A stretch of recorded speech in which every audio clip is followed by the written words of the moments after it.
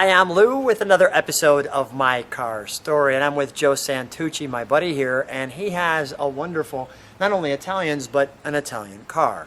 So, Joe, tell us what we have here today. Well, I have a 1974 Fiat X19. The X19. So, the challenge with this car, Joe, let's go right to our featured attraction. Come on alongside me, is finding one of these. How did this one, and you've had this one you shared since when? Just about a year and a half. So how did this one find you? A couple came to me after seeing that I had another and said that they had this parked in the basement of a retirement home. And if I was interested. Aunt passed away. Of course I was. The next day, I was hauling this thing back. So it was not running when you found it? It was parked for over 15 years, never having started, and didn't look anything near like this either. But I guess you can call it a retirement barn find.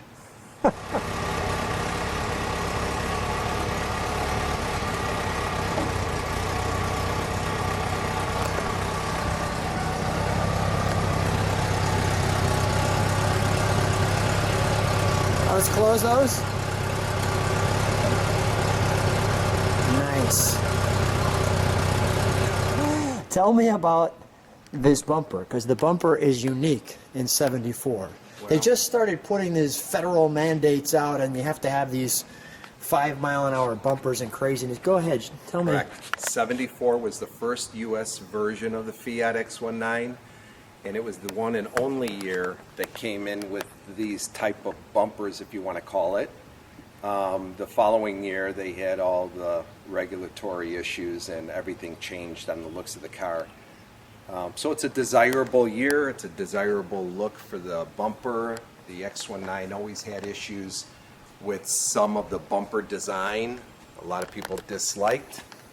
But this also harbors and holds another option at that time. It was the only year a company called Amco created bumper guards to put in the front and the back of this Fiat. And you'll see that this car has it, and they're chrome. But it was one of those options at the time. So was this piece? Market. That piece? Correct. Car had it, so decided to keep it. Yeah, that's great stuff. And I've just shown you the overall side. You have the Bertone body, as you can see, the famous Ferrari builder. The handles were nice, smooth, flush with the door. 70-ish. Yeah, little baby mirrors. The tempered glass. And on this one, the top. Okay, so let's take a look at the interior. That's how the door works. You can see how thin this door is. Comfortable bucket seats. These latches here are for the trunk and the engine compartment.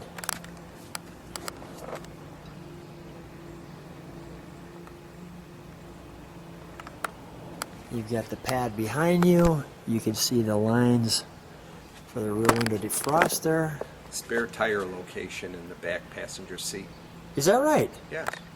Back there? Like me to open it up? Sure, while I'm doing this right here. I did not see that coming.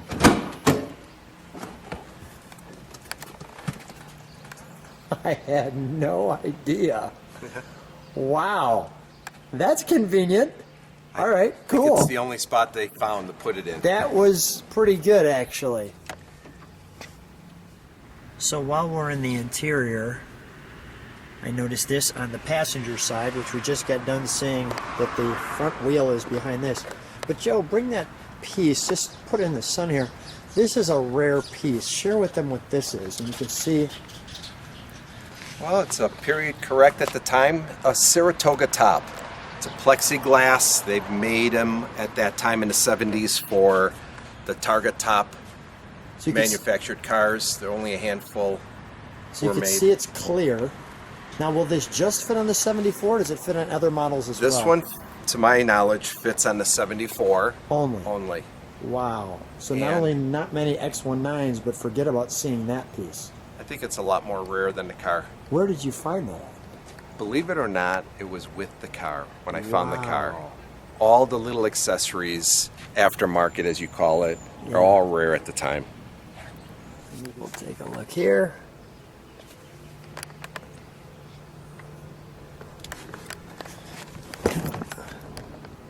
Our lights.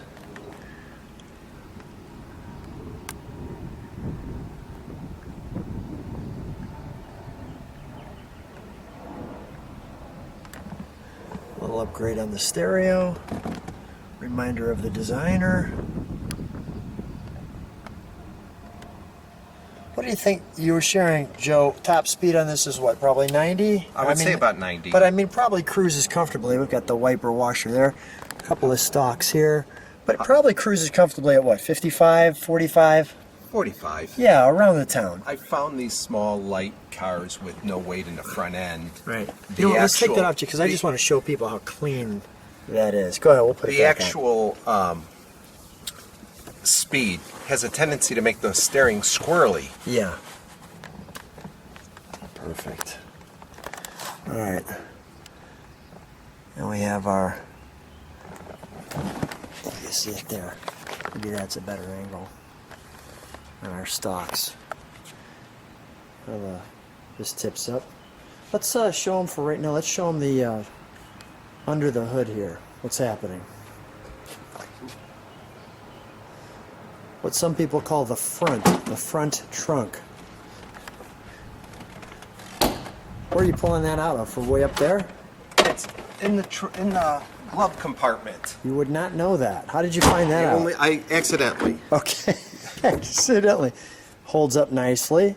And I'll help you with this. Go ahead. This is actually the roof for the car. I got it.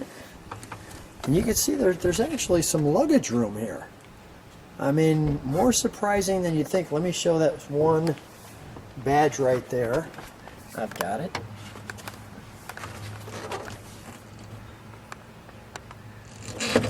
That's great. Our attention here. Attenzione. Beautiful. And now to the back of the car.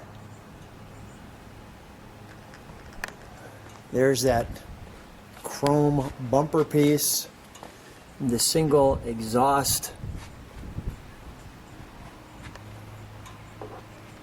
our Fiat badge, and the all-important X19. What was the first year X19, by the way? There's where your gas goes in. 74. This is it.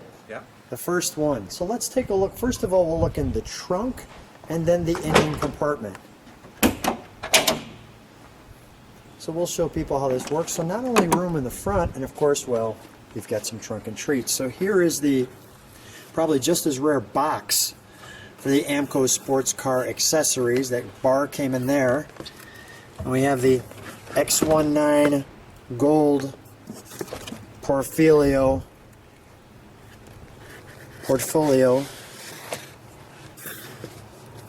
the auto history,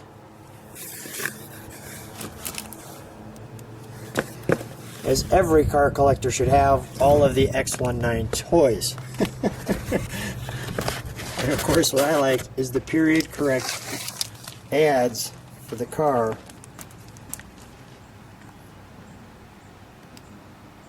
Maserati, Ferrari, Lamborghini, Lotus, or the X19.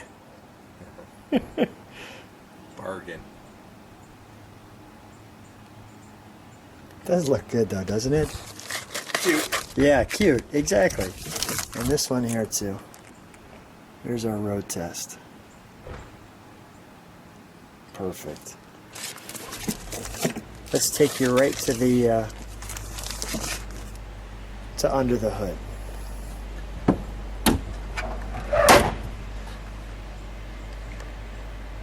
Comfortably stuffed in there, right?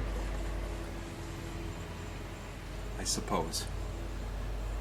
You need small hands to work on it. And this is a 1300 engine.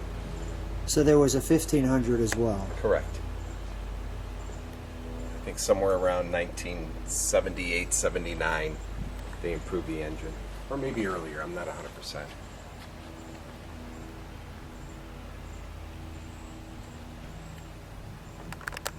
Four-cylinder produces about maybe 65 horsepower.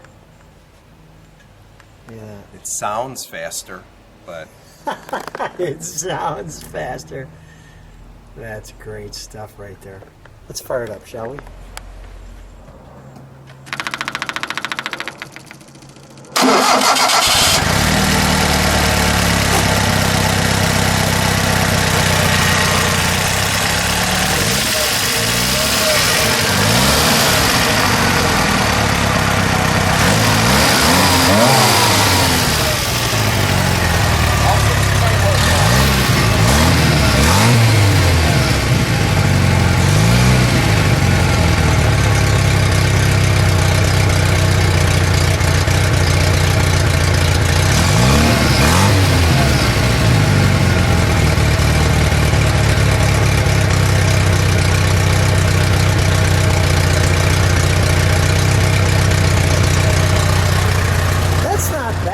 That's got a good sound, Joe.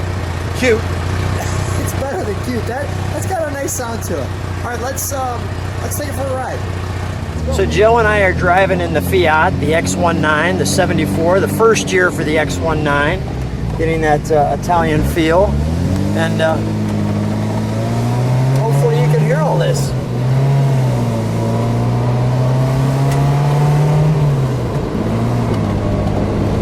Nice. Joe, how do you feel driving it? I do feel small, but it's like a go-kart.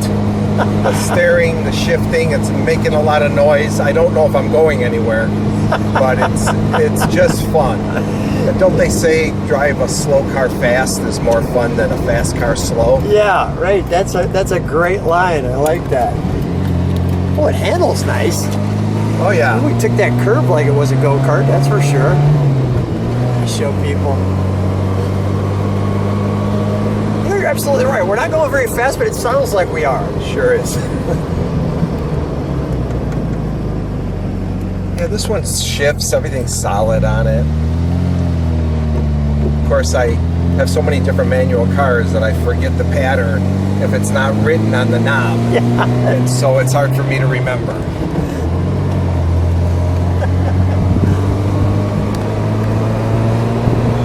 Nice little corner. Sweet. Lock to the road. It does like to run real nice at about 4,000 RPM.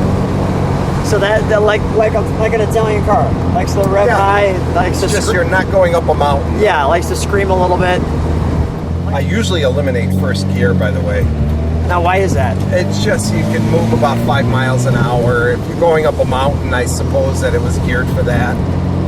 4 gears isn't really enough on a highway of today's standards, but I think back then the highway speed was 55 miles an hour. So that was enough. Probably all it could do at the time. Yeah, got it.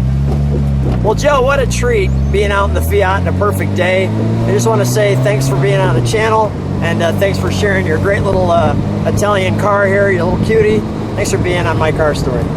Really honored. Thank you.